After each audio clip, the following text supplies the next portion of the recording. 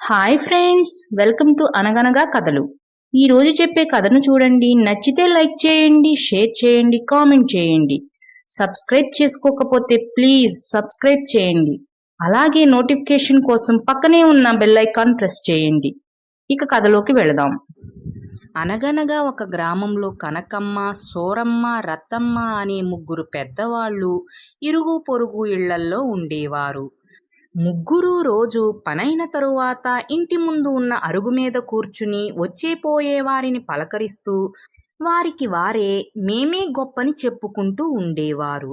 అలా ఒకరోజు కూర్చుని ఉండగా ఆ ఊరి గ్రామాధికారి గారి ఇంటి ముందు ఒక పనివాడు ఏదో పని చేస్తూ కనిపించాడు వాళ్ళకి.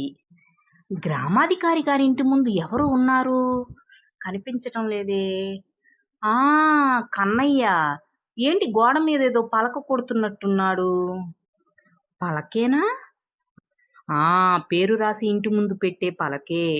అబ్బో, నా చూపు భలే బాగా కనిపిస్తుంది. నీ చూపు అమోఘమే కనకమ్మ అని తనని తాను పొగుడుకుంది కనకమ్మ. అబ్బో కనకమ్మ, నీకు అంతవరకే కనిపించిందేమో. ఆ పలక మీద రాసే పేరు కూడా నాకు కనిపించింది. నాకే బాగా చూపుంది అంది రత్తమ్మ. ఏం పేరంటావు? అంత బాగా కనిపిస్తుంటే చెప్పు మరి అంది కనకమ్మ. ఏముంటుంది, గ్రామాధికారి గారి ఇంటి ముందు గ్రామాధికారి గారి ఇల్లు అని రాస్తారు, అదేగా ఉండేది అని మనసులో అనుకుని గ్రామాధికారి రామయ్య గారి ఇల్లు అని రాసుంది అని ఎంతో ధీమాగా చెప్పేసింది రత్తమ్మ. అమ్మో, ఇద్దరూ వాళ్ళకి కనిపించేది చెప్పేసి వాళ్ళకి చూపుందని నిరూపించుకున్నారు. నేను ఇప్పుడు ఏమీ చెప్పకపోతే నాకే చూపు లేదని చెప్పి వాళ్ళు హేళన చేస్తారు. అలా నేను ఒప్పుకోనుగా. వాళ్ళిద్దరికంటే నాకే చూపు బాగా ఉందని చెప్పి నేను నిరూపించుకోవాలి. అలా నిరూపించుకోవాలంటే అక్కడ ఉన్నది వీళ్ళు చదవనిది నేను చదివి చెప్పాలి. ఏం చెప్పాలి? అక్కడ ఏముందంటావు? రామయ్య గారి భార్య సీతమ్మ పరమ గయ్యాళి. ఆవిడ పేరు లేకపోతే ఊరుకుంటుందా? ఆవిడ పేరు కూడా ఉండే ఉంటుంది.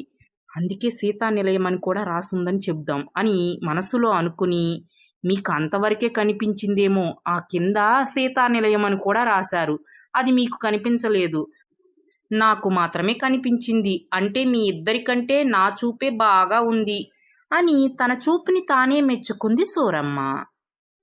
మీ ఇద్దరికంటే నాకే చూపు బాగా కనిపిస్తుంది. ఎందుకంటే ముందు నేనేగా చెప్పింది అక్కడ కనకయ్య గోడకి పేరున్న పలక కొడుతున్నాడని అని తన చూపుని మెచ్చుకుంది కనకమ్మ. అలా ఏం కాదు, అక్కడ పలక మీద రాసిన పేరును కూడా నేనే ముందు చెప్పాను, అంటే నాకే చూపు బాగా కనిపిస్తుంది అంది రత్తమ్మ. అబ్బా, నువ్వు కొంతవరకే చెప్పావమ్మా, నేను పూర్తిగా చదివి చెప్పాను, అంటే నాకే చూపు బాగా ఉంది అంది సూరమ్మ. అలా ముగ్గురు నాకు చూపు బాగా కనిపిస్తుందంటే నాకు చూపు బాగా కనిపిస్తుందని పోట్లాడుకుని చివరకు అసలు ఆ కన్నయ్యనే పిలిచి అడుగుదాం ఏం రాశాడో అక్కడ అని కన్నయ్య కన్నయ్య ఇలారా అని పిలిచారు ఆ ముగ్గురు.